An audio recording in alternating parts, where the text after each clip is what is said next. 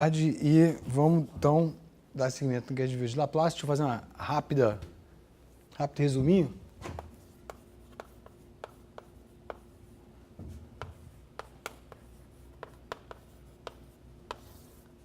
Que é para a gente vai usar coisas deduzidas na aula passada. Então, talvez a primeira coisa que eu quero lembrar a gente é a identidade de Green.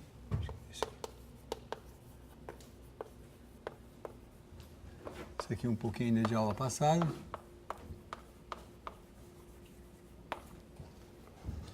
Identidade de Green, a gente tem isso aqui, né?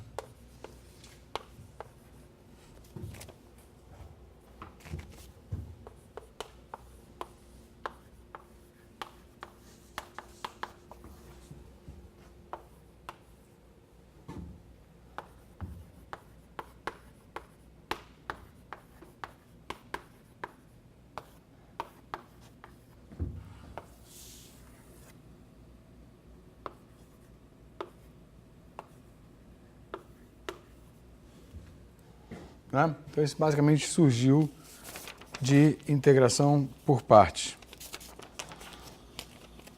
Aí vimos algumas coisas, vimos a função de Green, né? Então, também vimos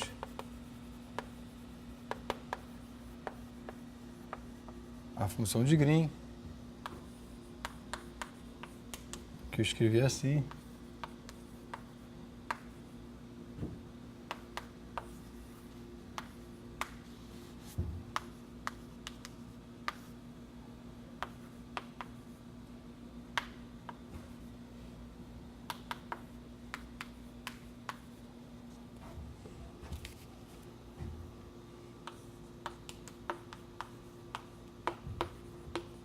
Isso aqui é a área da esfera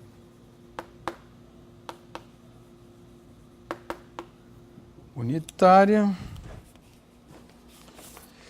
O que mais que a gente viu de interessante? Eu nem sei se eu escrevi a fórmula da aula passada, eu escrevi aqui, está nas notas, mas estou com a sensação de não me lembro de ter escrito isso no quadro negro. Só para lembrar.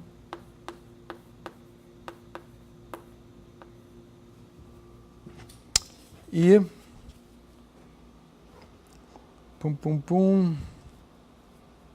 Tá, eu acho que aí chegamos ao seguinte. Chegamos ao fato que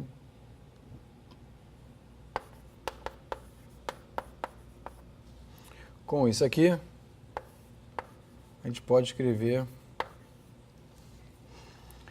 isso aqui.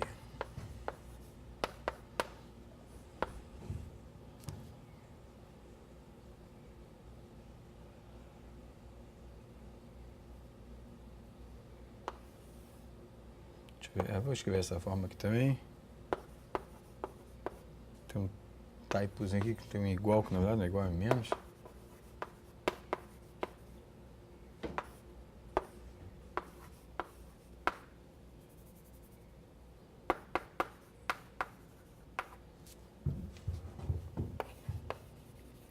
Agora eu tenho que contar a história completa aqui. Quando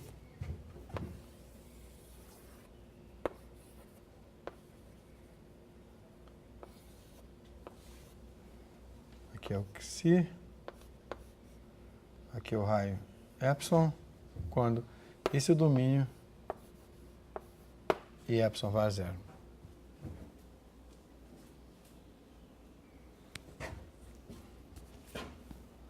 Deixa eu ver se eu fiz um resumo, tipo compacto de futebol, aqui uns melhores lances da aula passada, do final da aula passada, então está aqui, revisando.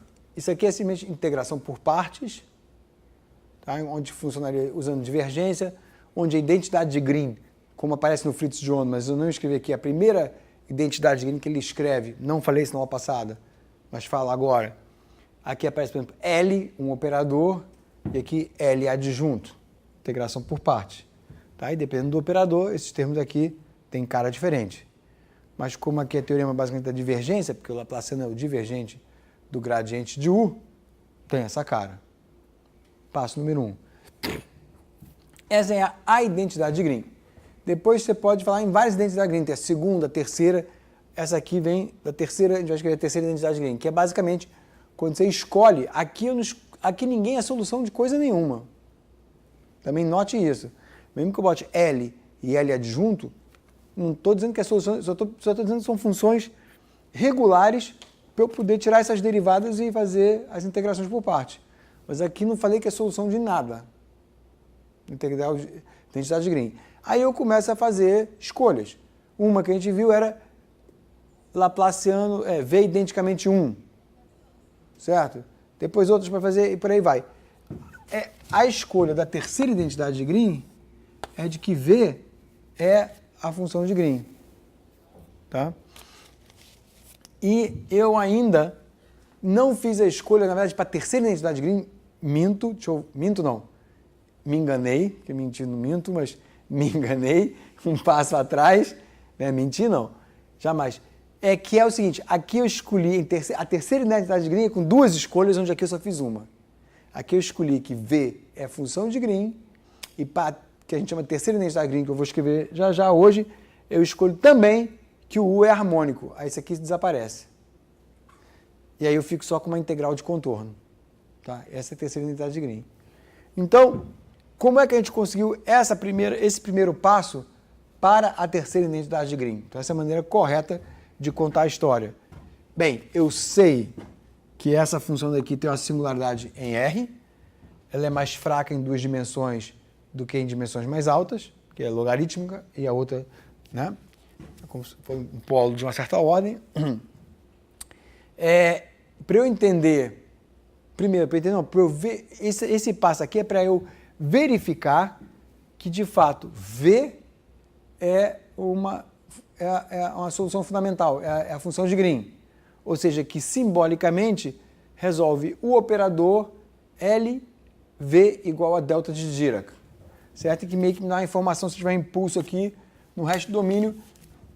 E esse tipo de função pode ser usado, de certa maneira, para inverter o operador. Certo? Então, tudo isso já ouviram, ou já viram falar, ou já estudaram isso, né? De alguma maneira. Então, como é que a gente verificou que esse cara daqui, ou melhor, esse cara daqui que eu simplesmente integrei usando simetria esférica, que é uma boa pista, que talvez vai ter uma singularidade na origem, R igual a zero, de fato tem uma singularidade correta para ser candidata à função de Green? Foi isso que a gente começou a verificar. E aqui está a resposta. Essa resposta veio de quê? De fazer um buraco no domínio. Então, o domínio é isso aqui, é um domínio furado.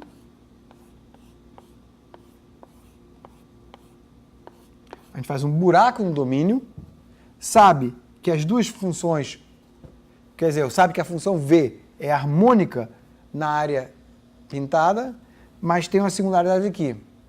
E a singularidade vai aparecer aqui dentro, nas derivadas, principalmente aqui na derivada da função, para esse domínio aqui, em particular quando o domínio a gente for dar um zoom, a gente vai ver se tem uma contribuição zero, ou finita, ou explode.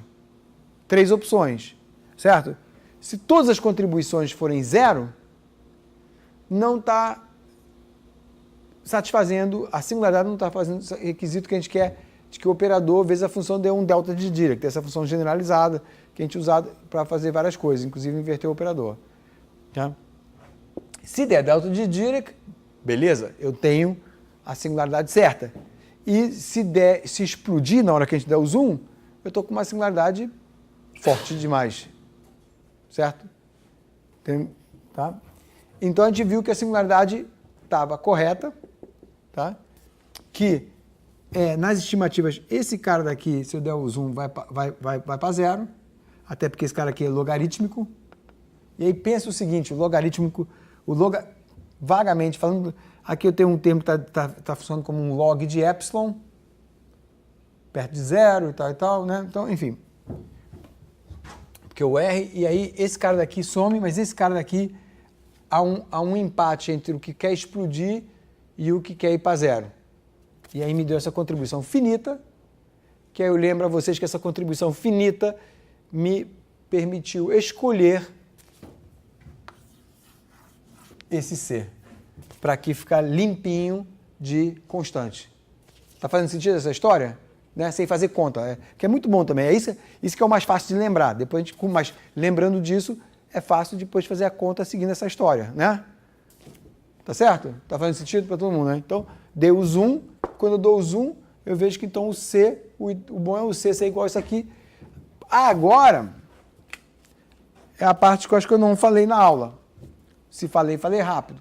Mas não importa. Se falei ou não falei, vou falar de qualquer maneira, né? Então, é o seguinte.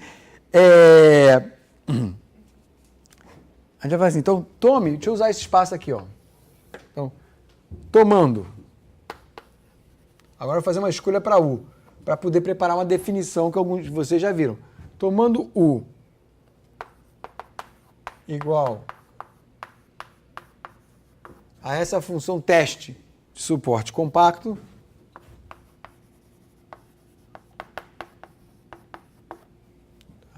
obtemos que integral de ômega V laplaciano de φ dx é igual a φ dxi. Porque como é suporte compacto, isso aqui é tudo zero. E isso daqui, a gente vai, como eu já vou definir agora, é equivalente, essa é a definição, eu vou botar até aqui, para todo φ, dessa classe aqui, né? Essa classe suave. Então, isso aqui implica, é equivalente a eu escrever assim, usando notação de distribuições ou de funções generalizadas, mas de uma forma mais compacta. Isso aqui diz que a função de Green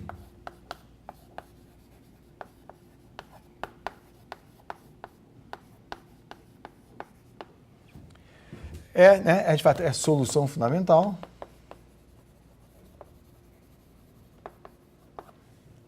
nesse sentido aqui que o laplaciano dela é igual à função de delta de Dirac, e isso aqui no espírito funcional, integral, de que isso aqui é para toda a função teste, certo? Então, e aqui a gente viu que já jogamos o laplaciano daqui para cá, certo? Então, é isso que é a definição de derivada fraca.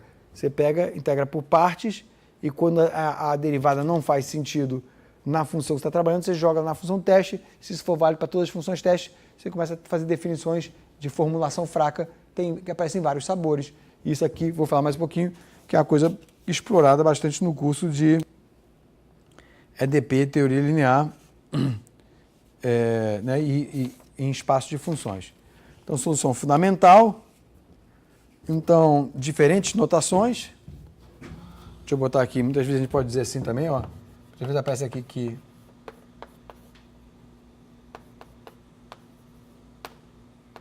às vezes aparece assim com ponto e vírgula, que é a mesma coisa que isso aqui, que é a mesma coisa que isso aqui, tá? A solução fundamental, ou o núcleo, né? O núcleo disso aqui que é desse funcional. Isso vale para todas as funções teste. Ok? Já vou falar um pouquinho mais sobre isso, mas antes deixa eu fazer um comentário que é da terceira identidade de Green. Uma observação que eu acho importante. Quer botar uma observação? Importante, a qual eu gosto. Tem um sabor matemático e tem um sabor físico, e os dois, na minha opinião, jogam juntos. É muito bom ter os dois sabores na cabeça.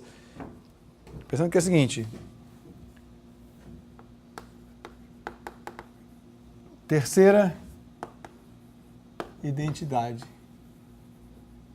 de Green vai ser a seguinte escolha. U é uma função C2. Vamos pensar até o bordo, suave até o bordo. Harmônica, tem casos que pode, enfim, afastar um pouquinho. E V é a função de Green. tá? Onde o Xi pode pensar como um parâmetro, ou seja, o Xi é o ponto onde ela tem a sua singularidade, ela estoura. Tá? Ok, então, só para lembrar, estou repetindo o que a gente viu hoje, está aqui.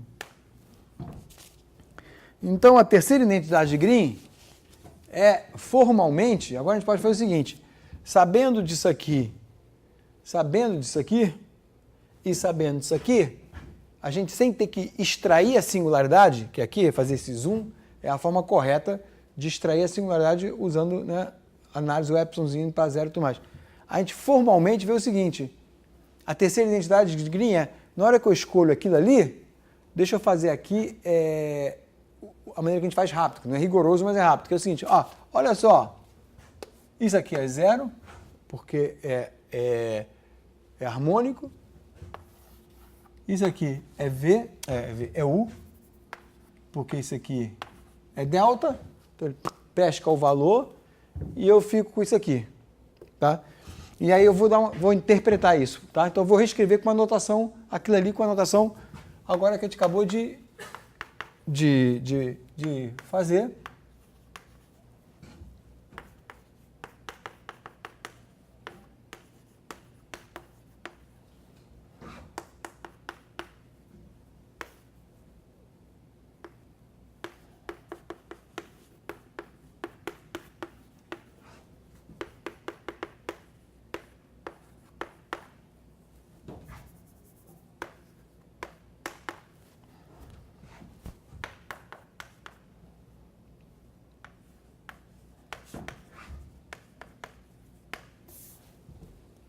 Tá? Então, o que eu fiz ali, eu voltei a fazer aqui com uma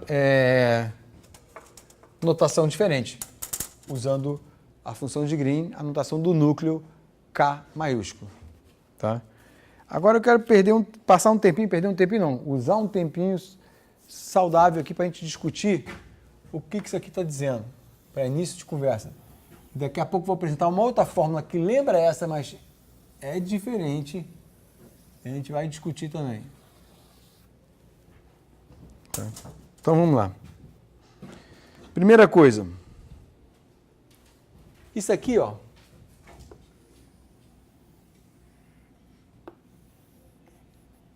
É o dado de Dirichlet. Eu poderia escrever que U é igual a f de x, para o problema de Dirichlet. Porque o quê? É o U na fronteira. É o dado de Dirichlet. A questão de notação. Então, aquela coisa, conforme a gente vai mudando a notação, matemática a gente faz isso, as coisas vão ficando claras. Já estavam escritas assim, e conforme a gente vai mudando a notação, a coisa vai virando aquela pergunta, qual é a cor do cavalo branco de Napoleão? O branco está ali na nossa cara, né? Então, agora, o que é isso aqui?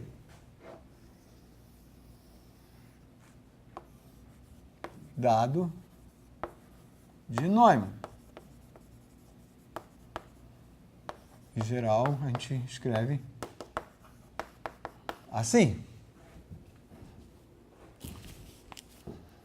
O que é isso aqui? Solução no interior gama. Tá?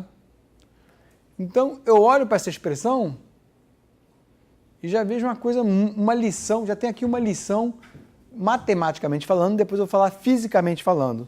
Mas matematicamente falando, tem uma lição aqui muito interessante, muito boa.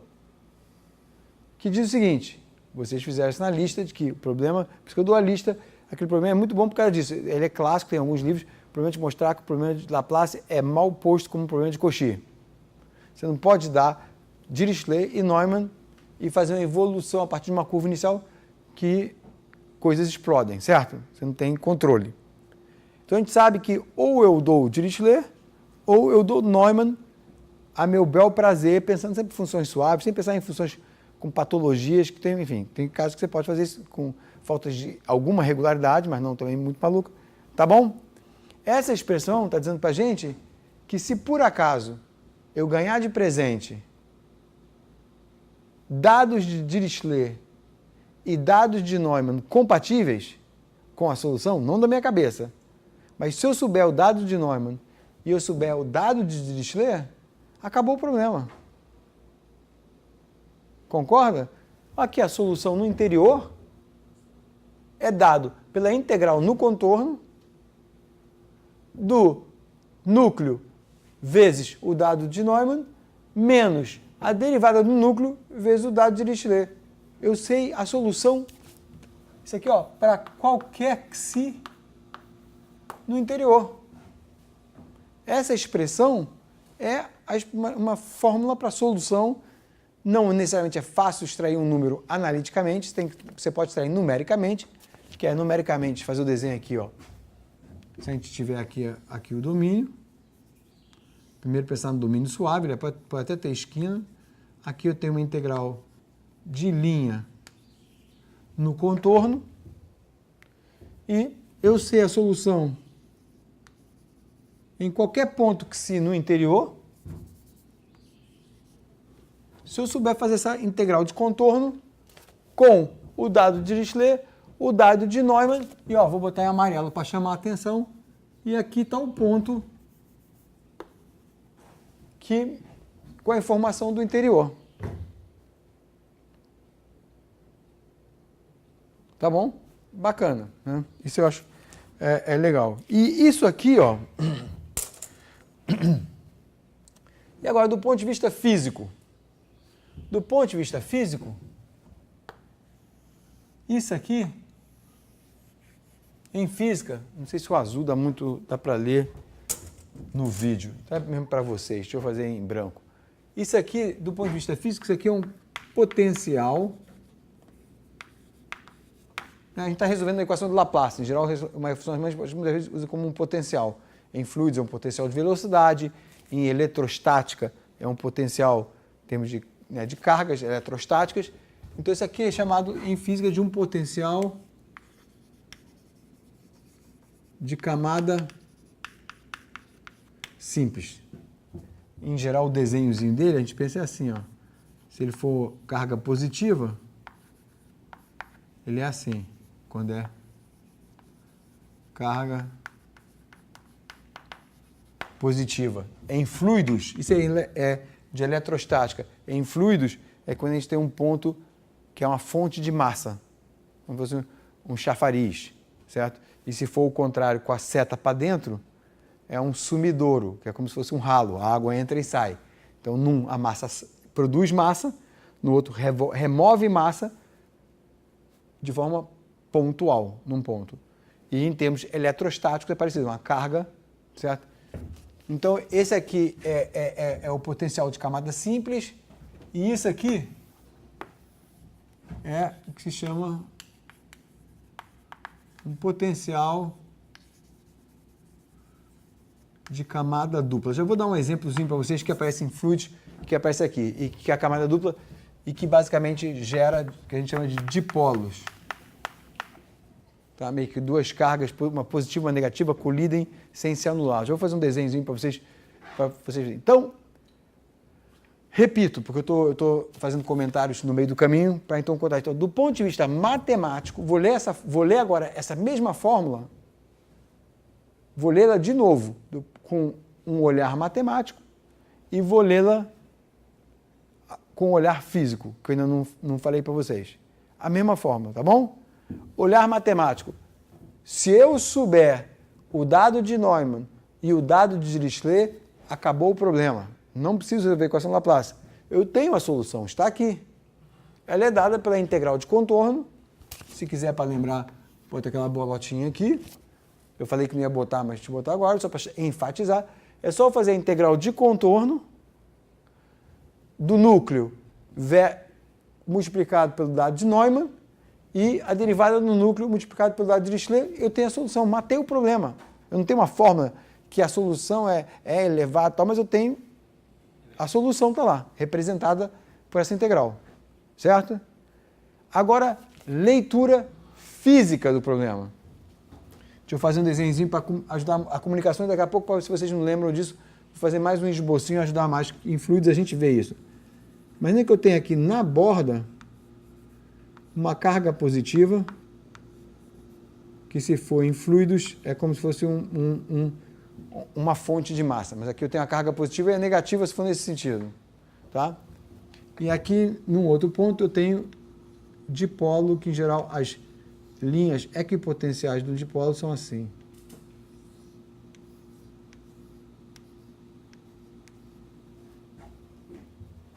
Tá? E aí, por isso que é chamado de um potencial de camada dupla, porque é como se fosse uma singularidade por cima, uma singularidade por baixo, uma por cima, colidindo sem se anular. Vou já fazer um esboço para vocês, só para lembrar isso, ou se vocês verem, não viram, talvez tenham visto, não lembro, como é que faz isso. Então, agora, a leitura disso aqui com um linguajar de física. A solução desse problema de Laplace, ou seja, essa função harmônica, pode ser representada como a soma, integral é soma, certo?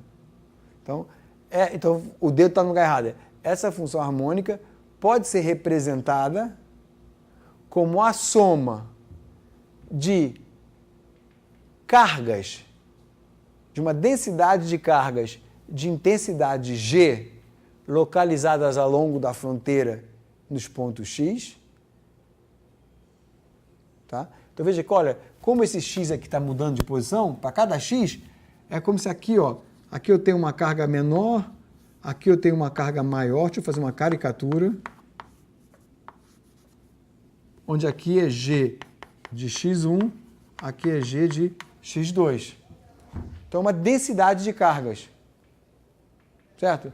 Da mesma maneira que a gente pode pensar uma função delta multiplicada, e a gente vai escrever isso depois, hoje ainda, eu posso escrever uma função delta que é A1 de delta de x menos x1, mais A2 de delta de x menos x2, significa que eu tenho dois impulsos, um no ponto x1, pá, explode ali, um no ponto x2, e com intensidades diferentes.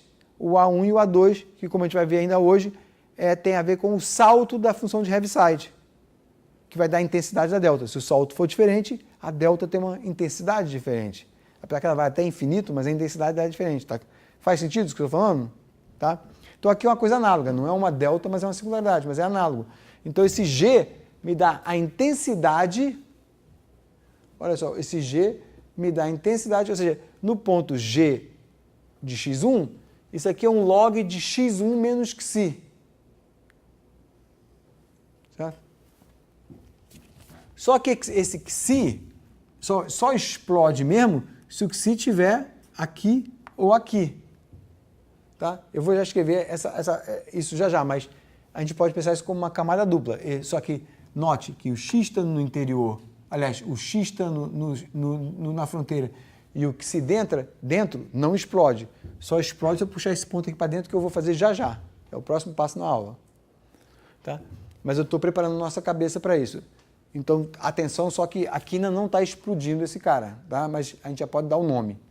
E aqui eu tenho a minha densidade de dipolos. Então, isso aqui funciona como uma densidade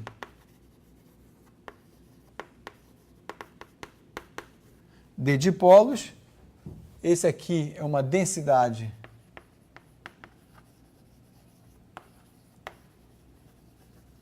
de cargas.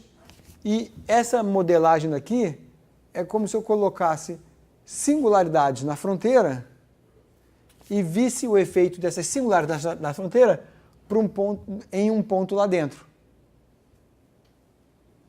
Tá? Ok. Então, por isso o nome potencial de camada simples e potencial de camada dupla. Eu vou já, se não estiver muito 100% claro, eu vou já enriquecer isso para vocês. Então, primeiro ponto, vamos lá, fazer aqui, ó.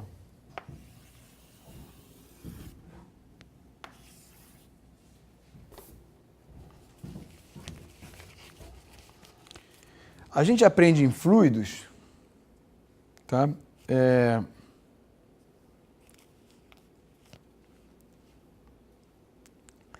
Esses logaritmos. Deixa eu fazer eu peguei as notas aqui, tem um pouquinho de notas de fluido, eu vou rabiscar menos que as notas de fluido. Vou fazer o seguinte, se eu tiver o potencial, ó, igual a log de R, tá? Então, uma maneira de ver isso é assim, quais são as minhas linhas equipotenciais? círculos, certo?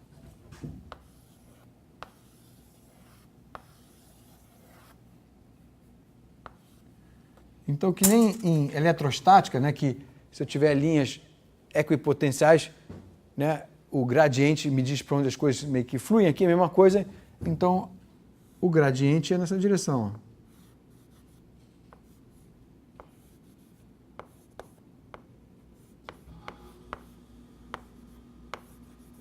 Então é assim, então o amarelo é a linha equipotencial e as setas vêm do grade de psi e que indica o tipo de carga, positiva ou negativa. Tá?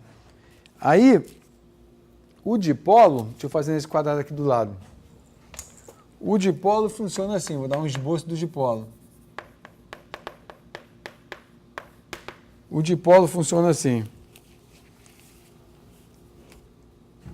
É quando uma carga positiva e negativa são colocadas a uma distância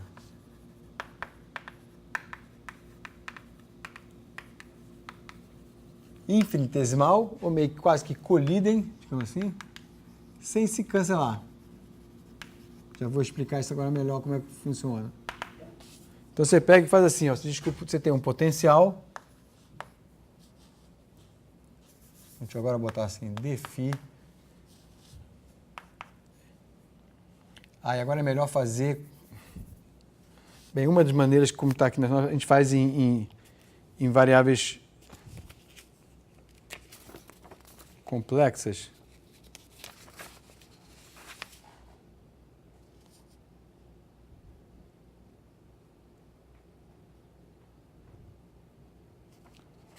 Pode ser em variáveis complexas, acho que vai dar no mesmo, deixa eu ver, x.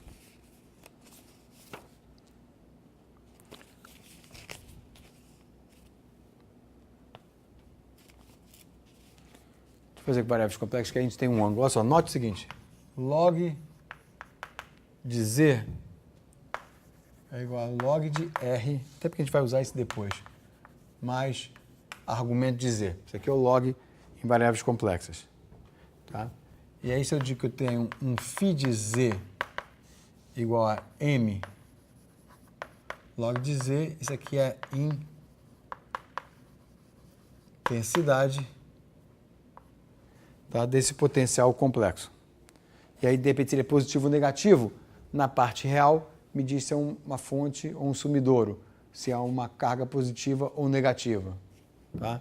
Então, aqui, M positivo, carga mais M negativo, carga menos. Tá? E agora, eu posso pensar que eu tenho, então, assim, ó, num caso geral, eu boto uma carga aqui, que essa é M sobre 2. E aqui esse ponto é Z0 igual a elevado a I alfa. Isso aqui é menos M sobre 2. E o ponto Z0, no plano complexo Z, esse ponto aqui é menos Z0. Tá? Então, isso aqui é uma carga positiva, deixa eu fazer a caricaturazinha dela aqui. Isso aqui é uma carga negativa. Tá? E aí, agora eu quero fazer essas cargas colidirem. Isso aqui é o plano complexo Z.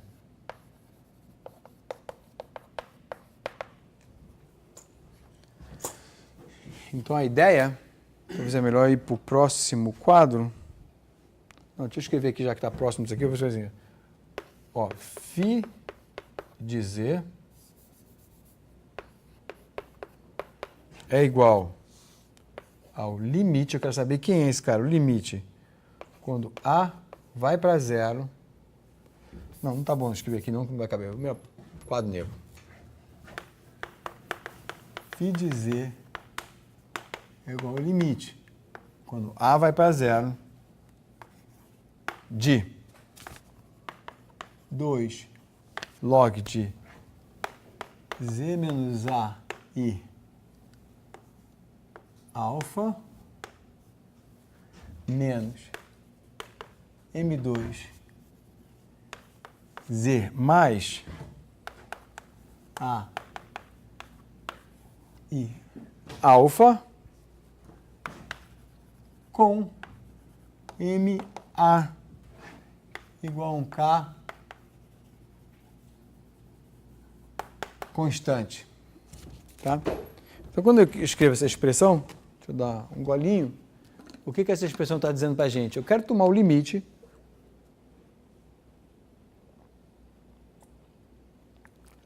eu coloquei essas duas cargas, positiva e negativa, numa reta assim meio que inclinada passando pela origem, tá? E quero agora criar um dipolo, tá? Porque tem duas cargas que vão colidir, eu vou mandar o A para zero. Note que só, qual é o valor absoluto de Z0? É A. Então, essa distância daqui é A, é um módulo de Z, certo? Então, escrevi aquilo ali, agora eu vou ler aquilo em português. Tá? Coloquei duas cargas, uma positiva e uma negativa, tá? Nessas posições Z0 e menos Z0, que estão à distância A da origem e com certo ângulo, que é esse alfa. Está ali o desenho. Vou agora deixar a distância entre elas ir para zero, essas duas singularidades colidirem, mas eu quero que elas não se cancelem, para eu ter o efeito de como se elas estivessem muito próximas, eu não consigo ver que elas estão separadas, é isso que o limite vai fazer, e que nem numa função, que nem na função delta, o que a gente faz na função delta no impulso, não deixa de ser uma coisa parecida, né? Lembra? O impulso a gente faz, isso aqui é o quê? 1 sobre N, não, tá certo? E aqui N indo para zero, massa total 1, é uma das maneiras de fazer o impulso. E aí você vê esse cara meio que crescendo, diminuindo, de forma que de forma integral ele se mantém, e esse é o nosso modelo para delta. Aqui é uma coisa semelhante, eu quero que as duas singularidades colidem sem se cancelar, e o pedido para que elas não se cancelem ao elas ficarem muito próximas, e matematicamente a gente pode deixar colidir, mas fisicamente é pensar que elas estão tão próximas que eu não vejo a separação entre elas, é que a intensidade com a distância se mantém constante. Então, conforme ela se aproxima, a intensidade aumenta de maneira que se mantém constante. De forma análoga, vagamente falando, o delta é a mesma coisa. Conforme isso aqui se aproxima, a intensidade aumenta de maneira que a massa total é 1, se for uma delta sem coeficiente na frente. Certo? É parecido. Tá? Aí eu vou só indicar as contas para vocês, mas é só para dizer que é um dipolo, tá bom? Se vocês não viram. Isso aparece em livros de eletrostática, de fluidos com variáveis complexas. Aí a gente faz o seguinte, olha, isso daqui é igual ao limite, quando A vai para zero, de M sobre 2, agora deixa eu copiar aqui das notas, eu não quero fazer as contas, só quero que vocês vejam a história.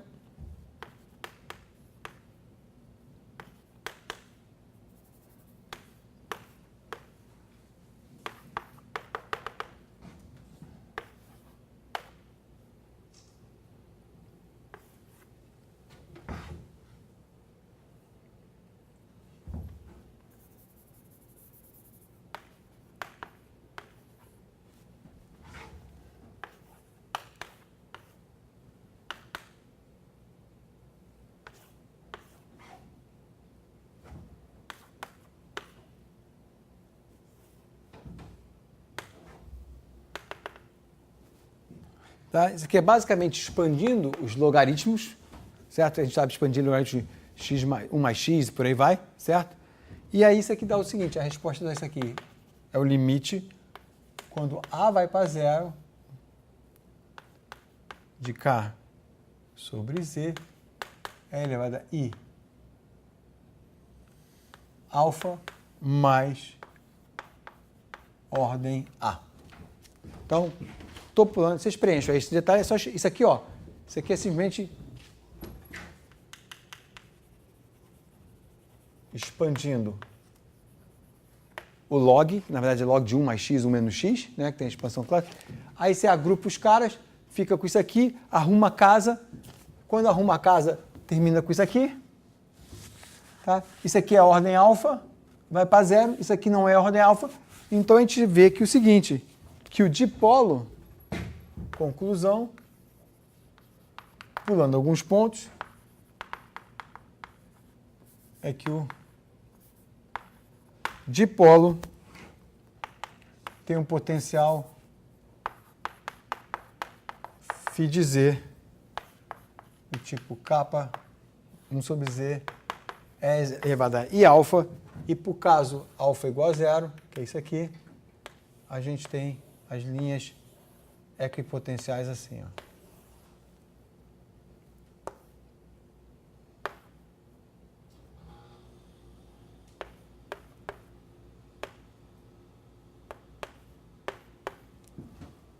Tá? Então você vê que isso aqui é um potencial de camada dupla.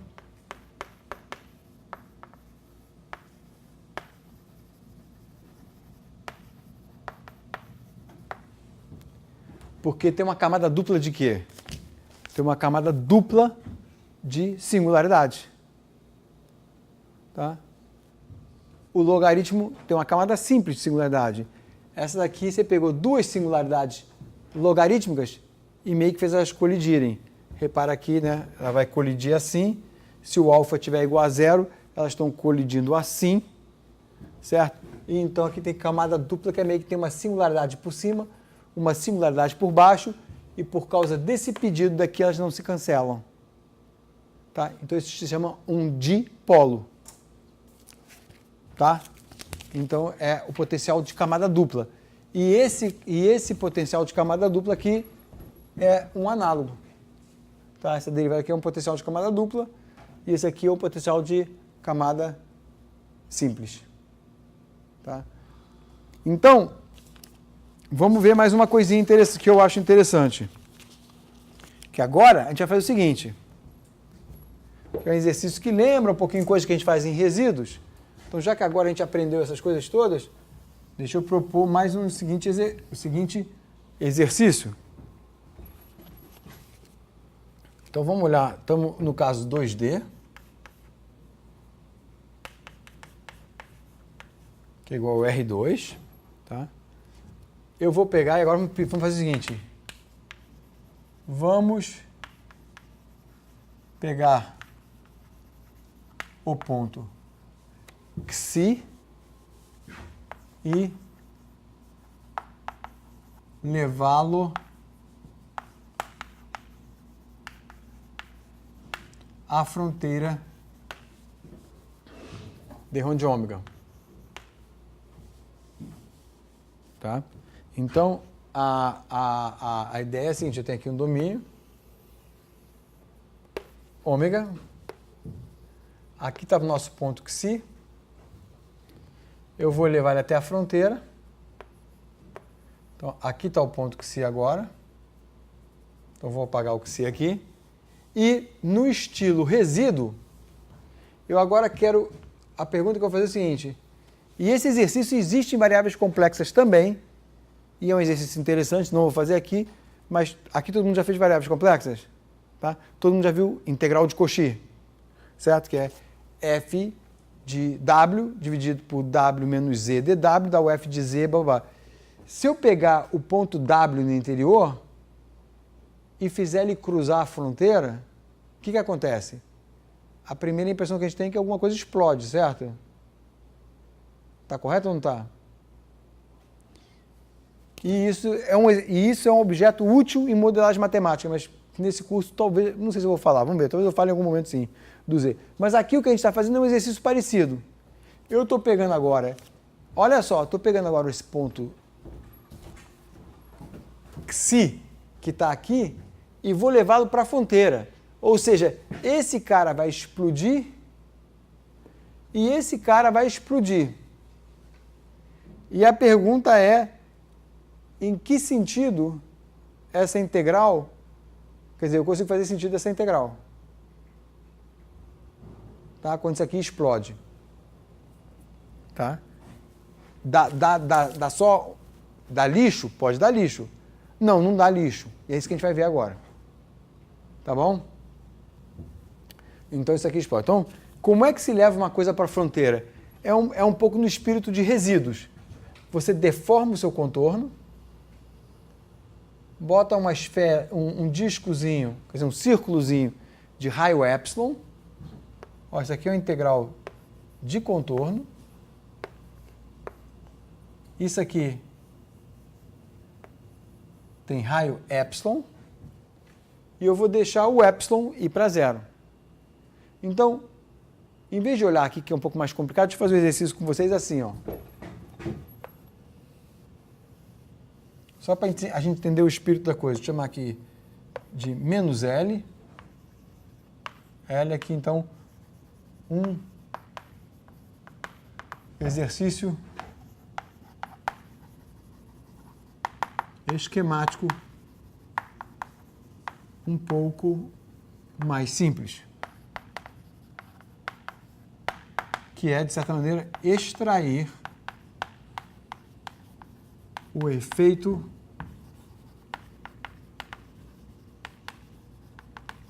da singularidade Xi na fronteira. Tá? Então, agora chega a escrever aqui x barra igual a Xi. Então, mudei a anotação, vou escrever aqui x barra. Aqui é epsilon, menos epsilon. Aqui está o meu raio.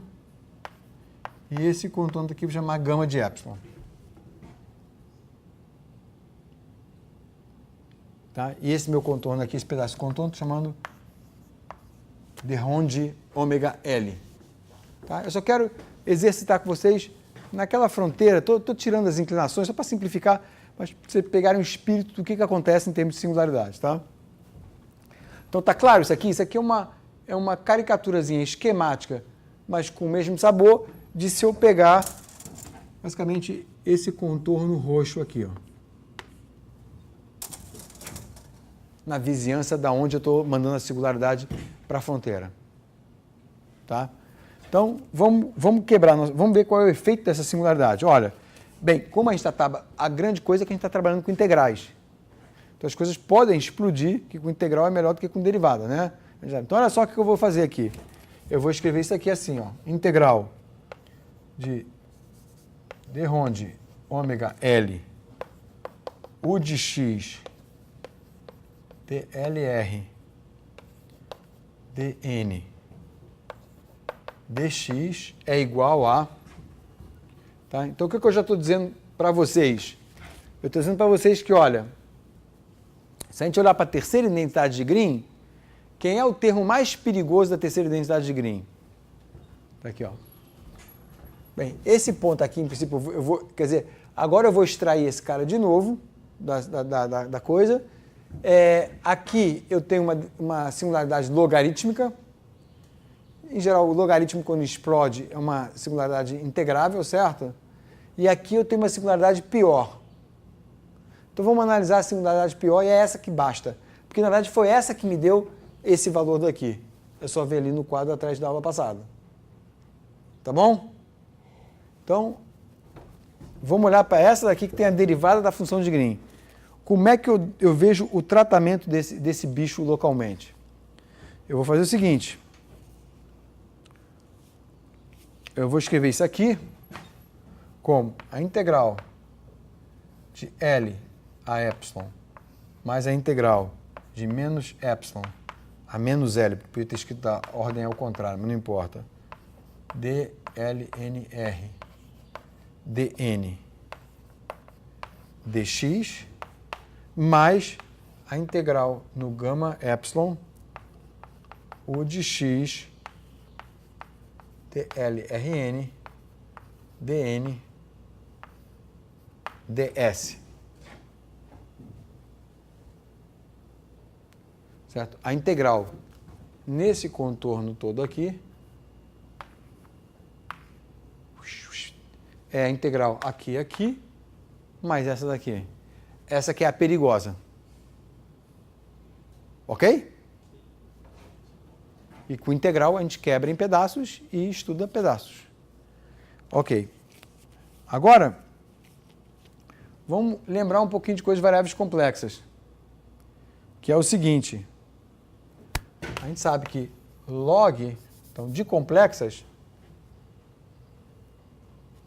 vou escrever aqui, vou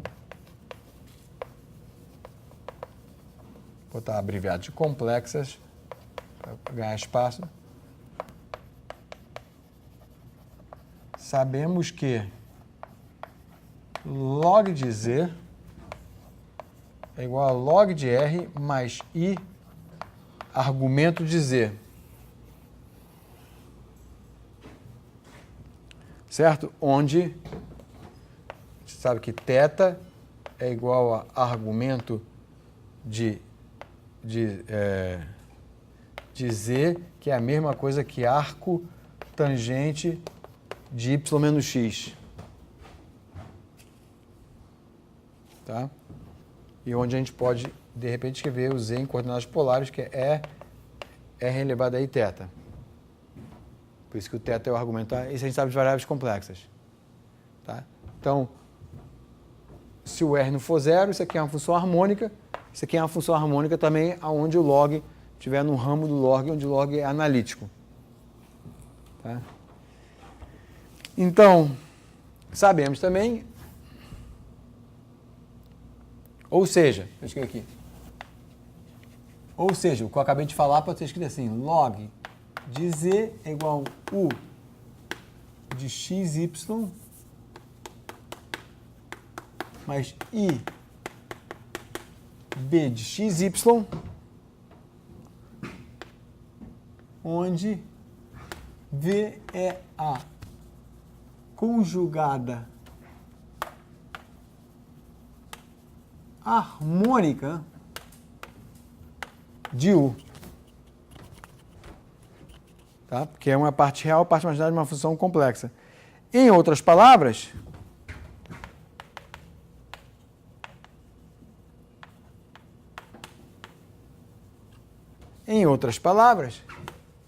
U de x é igual a V de y e U de y é igual a menos V de x, que são as equações de Cauchy-Riemann.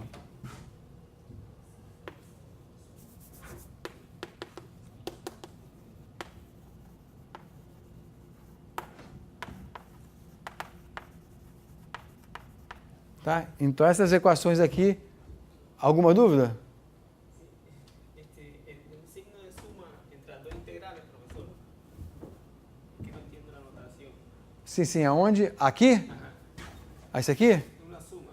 É, mas aqui simplesmente diz que é integral disso mais a integral disso. É só uma abreviação. É só preguiça de escrever tudo. Tá? É a integral de L a epsilon disso daqui, mais a integral de menos epsilon L da mesma coisa. O integrando é o mesmo. Tá?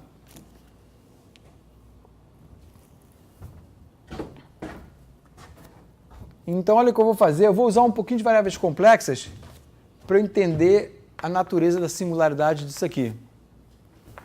Tá? Então, o tempo está tranquilo para a gente fechar o que eu quero fechar hoje. Então, a primeira coisa que eu vou fazer é o seguinte. Eu vou me dar conta que esse log de R é a parte real de uma função complexa log de Z, da qual o seu harmônico conjugado é argumento de Z, que é arco tangente de Y sobre Z. Tá? Logo, vou dizer a mesma coisa usando essa notação daqui. O log de z, aonde ele for analítico, ele tem a parte, uma real que é harmônica, a parte imaginária que é harmônica e, em outras palavras, satisfaz Cauchy-Riemann, que é isso aqui. Tá bom? Ok. A gente também pode ver, é um problema até no Fritz John, ou ainda, Cauchy-Riemann pode ser escrita na forma U de N igual a V de S, U de S igual a menos V de N, onde, se aqui eu tenho a minha curva, por exemplo, se eu estou numa fronteira, isso aqui é a direção N, isso aqui é a direção S, tangente, tá? Você pode, isso até é um exercício no Fritz John, você pode mostrar, não é difícil, que Cauchy-Riemann sobre uma curva pode ser escrita em termos das coordenadas normal e tangencial aqui, em vez de x e y. Tá? Ok? Então,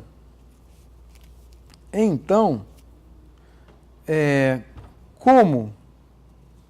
Então vamos usar, então faz o seguinte,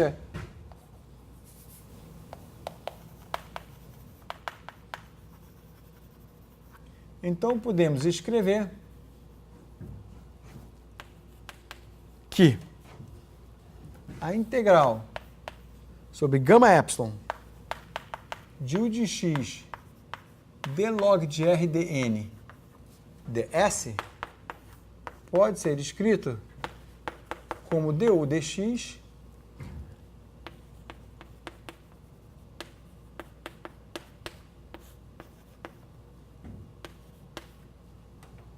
ds.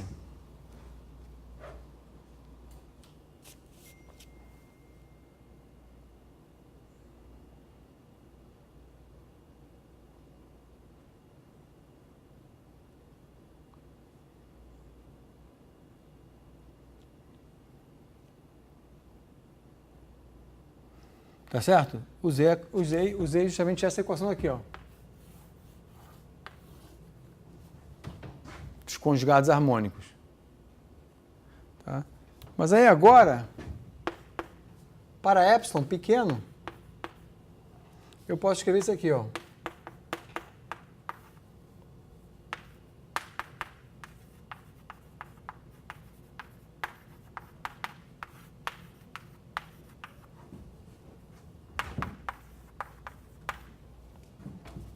Mas ordem epsilon.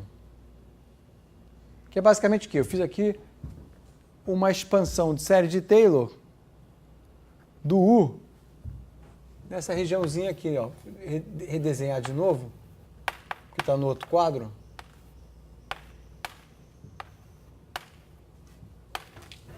Então, se o x barra é aqui, e eu tenho um U que é suave aqui, eu posso dizer que o U suave aqui é usado como uma série de Taylor centrada aqui, e essa distância daqui é epsilon, então ele é U barra mais um termo de ordem epsilon.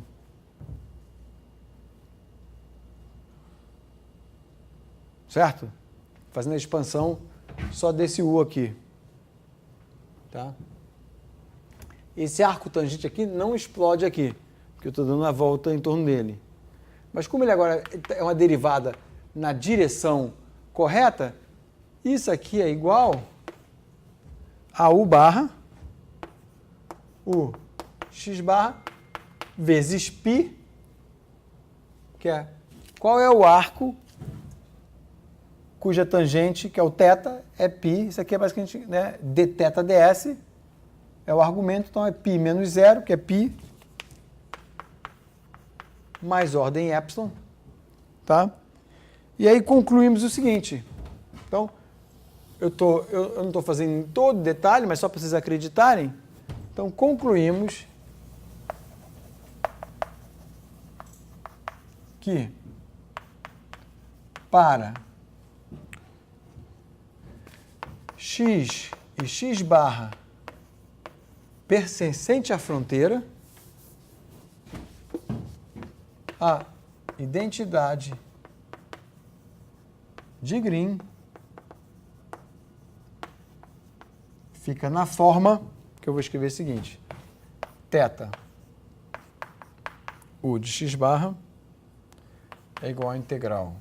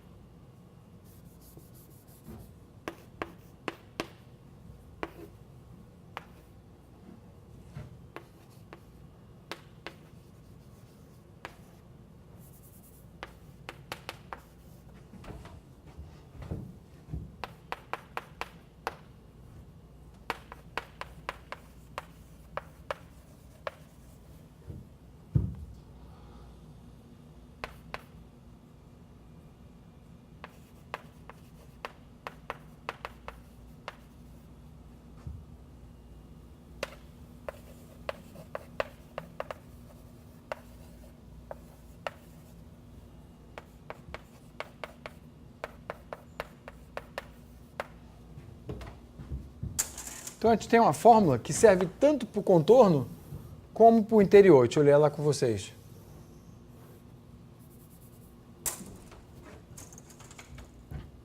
Então, chama a atenção que tem esse parâmetro θ aqui, que agora é um parâmetro, não é o ângulo θ do argumento, é um outro parâmetro, tá? E olha o que essa fórmula está dizendo. Tá? Deixa eu botar aqui talvez um θ barra para não confundir vocês. Na nota está, enfim, está θ. Olha só o que essa fórmula está dizendo. É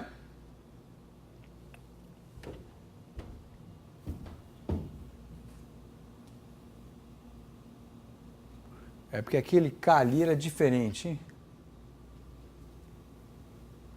Onde aqui esse K, deixa eu botar aqui. Eu tenho que botar isso aqui, senão não fica. É igual a só log de R. Então, a notação não está...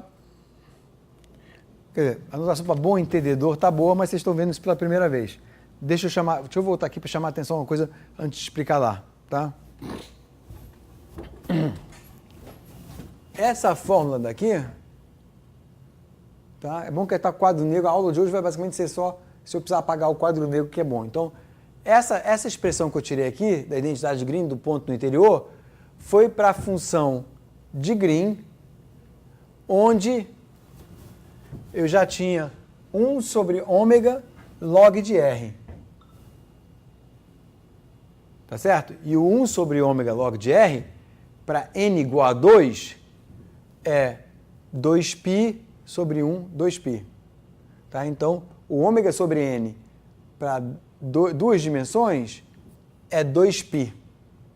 Tá? Então, a função de Green, para dar o delta certinho, é 2π log de R. Se eu botar só log de R, vai aparecer 1 sobre 2π aqui. Tá? Mas então, aqui a função era 2π log de R. Agora, aqui, e a notação um pouco, enfim, acho que no Fritz John está assim também, ou eu que fiz um pouco isso, é que eu aqui agora... Ah, não, até que não fiz tão mal, não. Não fiz tão mal, porque está bem claro. Tem só o log de R sem o 2π. Ufa, escapei de... Mas, enfim, não estava nem tão atento, mas realmente quando eu escrevi as notas... Então, aqui estava só log de R sem o 2π. Logo, tem um 2π aqui faltando, mas o 2π aparece. Que olha só, aqui está correto, log de R. Então, essa fórmula daqui, como estava escrito lá, é que quando o x, que ali era xi, é um ponto interior, tá? Assim, era... Não, lá eu falei errado, é 1 sobre 2π log de R. Vamos voltar aqui, porque senão eu estou explicando errado.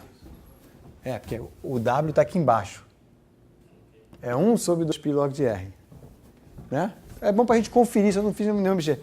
Então, se aqui tem 2π, eu divido por 2π, o log de R, fica aquela fórmula que estava lá. Está tudo certinho. E eu também não cometi nada de muito grave, porque aqui eu estou fazendo as contas agora só com log de R. Beleza? Todo mundo comigo? Agora, novidade. Então, isso aqui não é novidade. É simplesmente uma maneira de, com esse parâmetro, a gente encaixar 3 casos. Caso número 1. Então, deixa eu até fazer um desenho aqui. Olha só o que acontece. Vou fazer um desenho aqui do nosso domínio, que tem os 3 casos. Então, um domínio assim, ó, com um canto,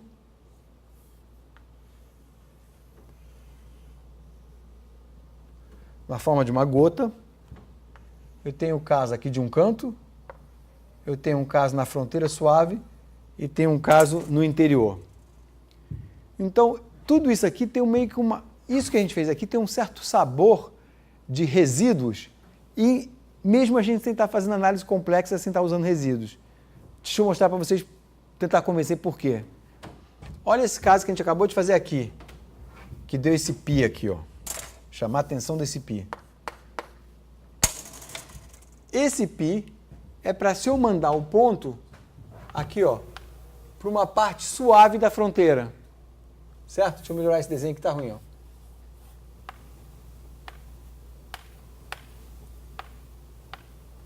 Certo? Isso aqui é uma parte suave da fronteira.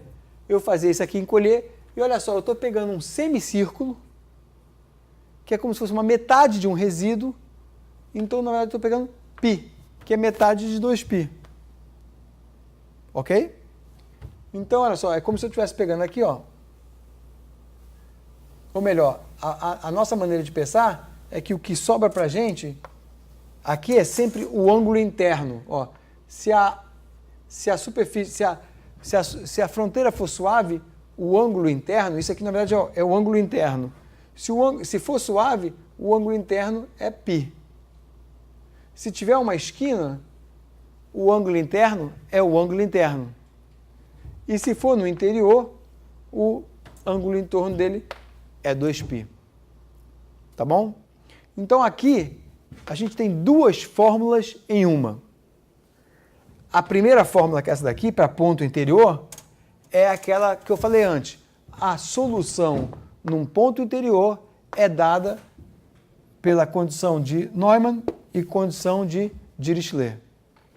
Tá? Que eu posso chamar isso aqui de F, isso aqui de G. Agora vem uma novidade para a gente, útil, e que até se pode fazer isso como método computacional. Eu acabei de aprender hoje que se eu tiver dado de Dirichlet e de Neumann, o problema morreu. Mas eu não tenho dado de Dirichlet e de Neumann, eu tenho um ou outro. E aí existe o seguinte método numérico. Vamos agora pensar que a gente tem um domínio suave.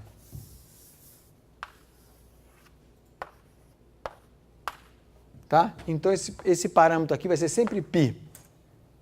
Tá?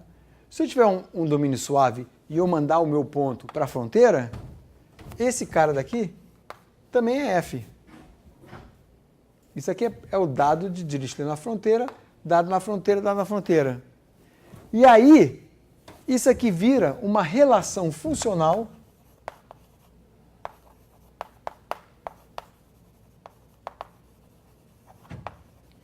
entre dado de Dirichlet e dado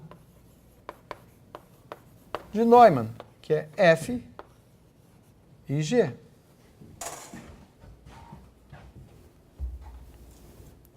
Tá? E então, se eu tiver um problema do tipo dado, se eu tiver um problema de Neumann, eu conheço isso aqui. Tá? Então, essa integral daqui, tá? Essa integral desse par daqui, vai me dar...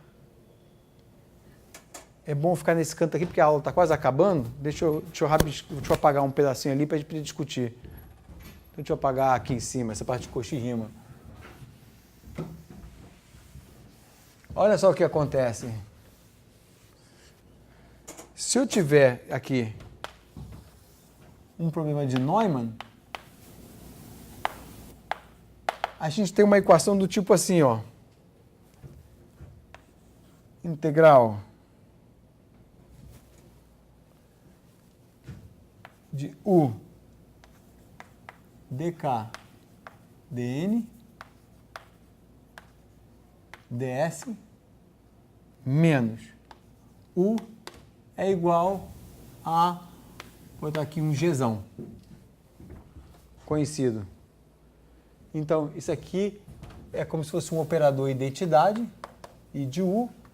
Aqui é outro operador, sei lá, F de U. Então, agora, numericamente, a gente pode resolver isso discretizando isso aqui, ou nem sempre é fácil. Então, isso aqui é como se fosse uma equação de Fredholm do primeiro tipo, que tem identidade mais esse igual aquilo. Isso aqui é conhecido. Então, se eu souber inverter esse operador, eu descubro qual é o dado. Deixa eu até botar aqui o F.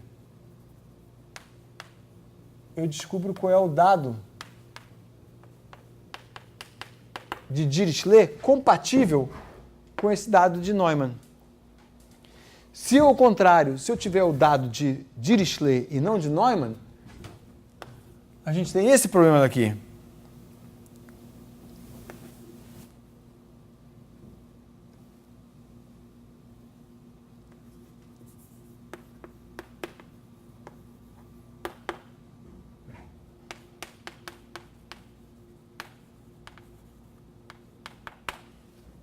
E aí a gente tem a equação de Fredholm do segundo tipo.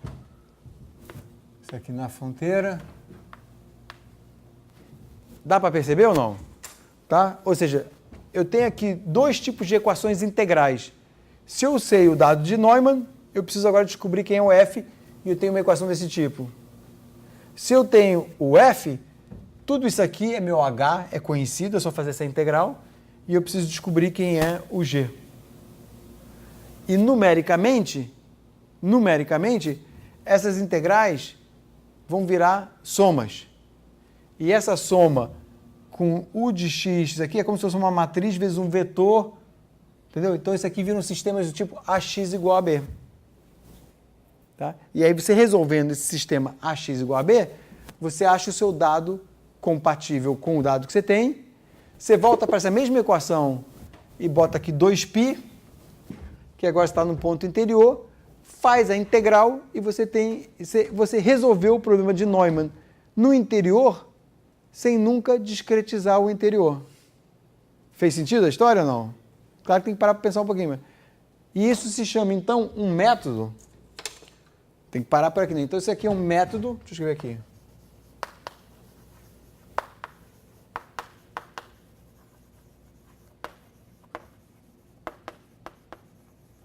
Um método de integral de contorno. Em inglês chama Boundary Integral Method. O método pode ser teórico, é claro que resolver analiticamente esses problemas aqui é, eu diria, quase que impossível, talvez só em geometrias, algumas coisas muito específicas, mas ele é um formulismo que te permite criar métodos numéricos interessantes. Então, se você tiver um domínio assim, você discretiza em intervalos. Isso aqui é uma integral numérica de contorno. Você monta essa matriz ou essa matriz, dependendo do seu problema. Tem que analisar se tem solução ou não para essa matriz. O problema desse tipo aqui, o segundo tipo, é mais complicado. Eu estou confundindo qual que chama primeiro tipo e segundo tipo de Fredholm. Acho que esse aqui é o segundo tipo, esse aqui é o primeiro tipo, eu confundo. Mas enfim, quando um que tem a identidade. First type e second type. E aí você inverte a matriz, acha o seu dado que está faltando, coloca nessa fórmula, resolveu o problema de Laplace, sem nunca discretizar aqui dentro. Tá? É claro que tudo na vida tem seus benefícios. Esse problema, em geral, numericamente é um pouquinho mal condicionado e tal, mas, enfim, tem situações que funcionam bem, dá para resolver, e aí é outra história, que a gente não vai ver em detalhe no curso. Mas para o curso, nesse momento, a gente aprendeu aqui duas coisas com essa integral de contorno. Primeiro, aqui a gente tem, na nossa cara, uma relação funcional entre o dado de Dirichlet e o dado de Neumann. Os dois estão amarrados através de uma equação. Então, de fato, a gente não tem liberdade de dizer, eu quero que F seja isso e G seja aquilo. Não, não vai satisfazer isso aqui. Outra maneira de ver foi o problema de vocês viram que como o problema de Cauchy é mal posto, certo? Então é um outro sabor de ver a mesma questão, de que não dá para dar os dois ao mesmo tempo, certo? Concordam? Que é duas histórias diferentes, mas para a mesma questão. Tá? E a outra coisa que a gente aprendeu aqui é que com essa fórmula daqui, se a gente tiver essa fórmula aqui, a gente resolveu o problema de Laplace. Né? A solução interior é dada por isso aqui. Tá? Então eu vou parar aqui agora, mas enfim, é o ponto que eu queria parar. Faltam 5 minutos, não é isso? Deixa eu só ver se não estou esquecendo nada para a aula que vem, para quinta-feira.